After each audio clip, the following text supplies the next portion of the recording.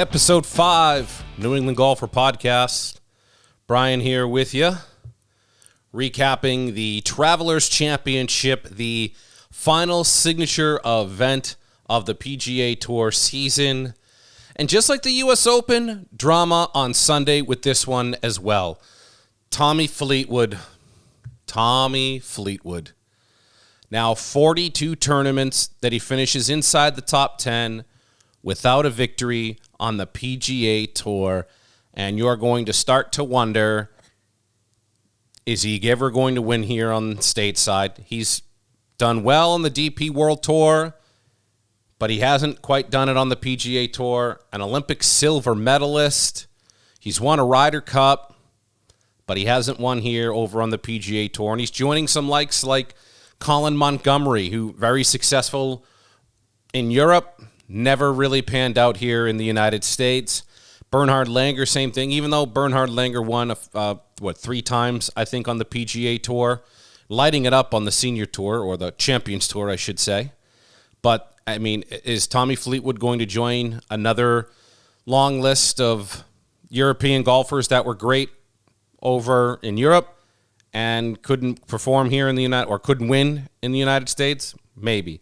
I mean, Fleetwood is the 17th ranked golfer in the world, too, so it's not like he's any slouch. He's just can't put it together. Congrats to USA Ryder Cup captain Keegan Bradley, minus 15 to win the Travelers Championship. The New England kid winning the tournament again. I think he won it back in 2022 or 2023, so congrats to Keegan Bradley. Really making a strong case for player captain for the U.S. Ryder Cup team this year at Bethpage. So that's going to be interesting whether or not he picks himself. I think if he really does perform really strong down the stretch, he might be a player captain, but only time will tell. Some other notables, Rory McIlroy towards the top of the leaderboard. Scotty Scheffler, boy, did he struggle, huh? Especially on Saturday, kind of falling on his face. Kind of came back on Sunday, but wasn't enough. But I think the story of the Travelers Championship is Tommy Fleetwood losing. He was 14 under, him and Russell Henley tying for second. Henley, nice chip in bird on 18. I think maybe one of the turning points, or one of the key stats, before we get to the turning point, key stat, English, Brian. Last 4 holes, Keegan Bradley, minus 2. Same stretch, Tommy Fleetwood, plus 2. There's your championship. Keegan Bradley, minus 15. Tommy Fleetwood, Russell Henley, both minus 14. Jason Day had a run. He finished minus 13. I think one of the big turning points, obviously you look at 18, they all, Henley, a 255-yard drive goes left rough, and then approach, left rough again, but still chips in. Tommy Fleetwood and Keegan Bradley both hit phenomenal drives, dead middle of the fairway. Keegan was, I think, about 20 yards further than Tommy, but Fleetwood gets up there on 18. He's about 145 yards away, and he's torn between 9-iron and pitching wedge. He starts off with 9-iron, changes to pitching wedge, goes left and short of the green, and then proceeds to 3-putt for his bogey. Keegan Bradley goes 9-iron, finishes within 6 feet of the hole, drains the birdie putt, 2-shot swing.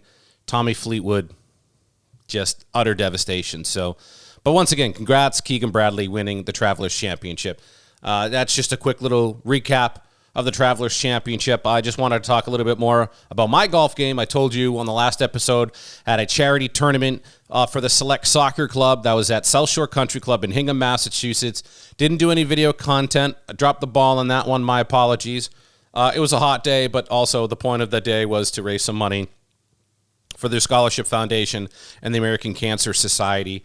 My team, we finished 6 under, respectable score. We started off the day with a birdie on a par 5. I lost the long drive competition. I had a feeling I would. I was one of the earlier groups anyways, but I'm usually in the running for a long drive championship. I drive at about 290, 300, but, there's usually some guy out there that's going to drive it, 305, 310, whatever. But it was a fun day. Had a great time out there. Had a blast. Winning team shot 13 under par, which honestly that's respectable. I get it. It's a par 72, so a 59 for the winning team. And if you get a couple of really good golfers out there, that's totally feasible to shoot that score. So, but still had a great time out there. Very windy on Friday during that tournament. Very, very windy. So impacted us a little bit. We'll go with that for an excuse, but still had a great time.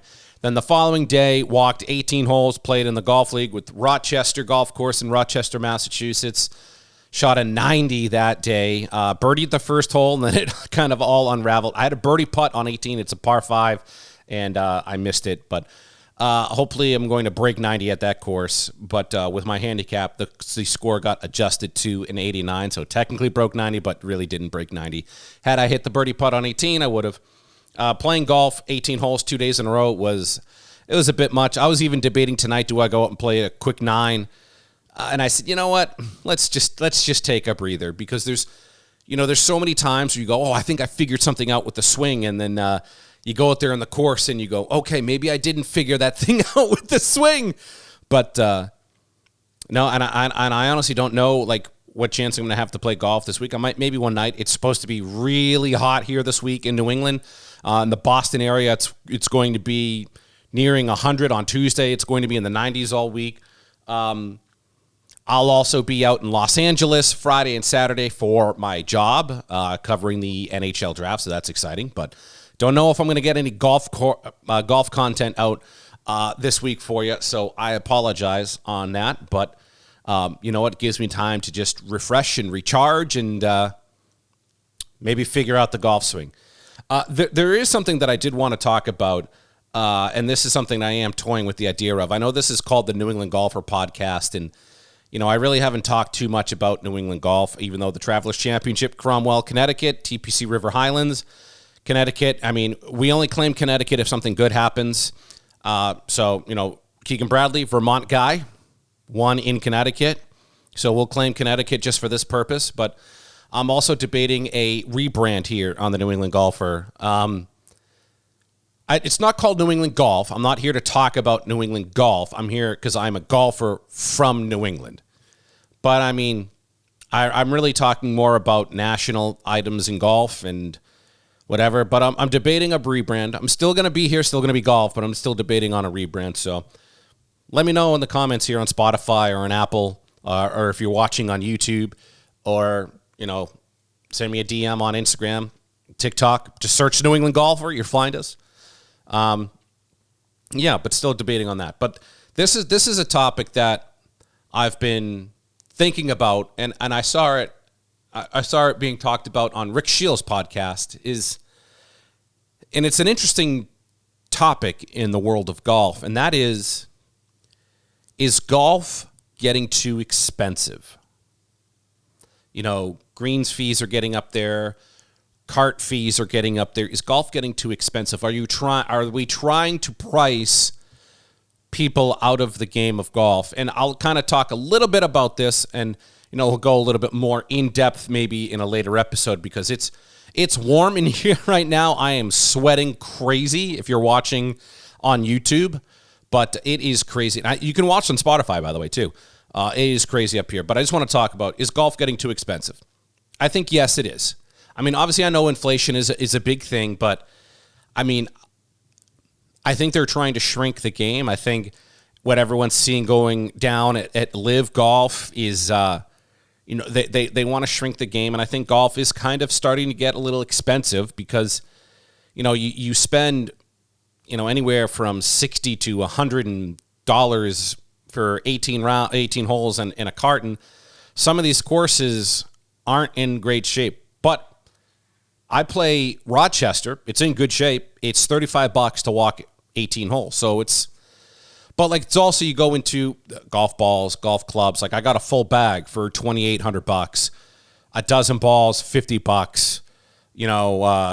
Like I said, the greens fees, could be anywhere from, $60 to $90 for really or over $100 really for a higher end course.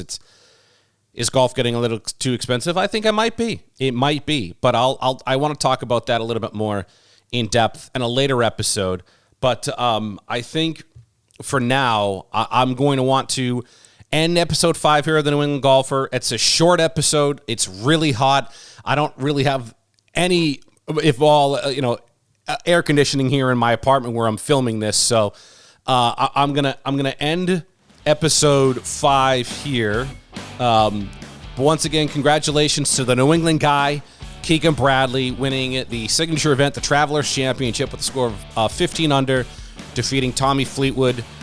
Is Tommy Fleetwood ever going to get that elusive PGA Tour win or that first win on American soil? Who knows? But until next time, I'll see you on the next episode of the New England Golfer.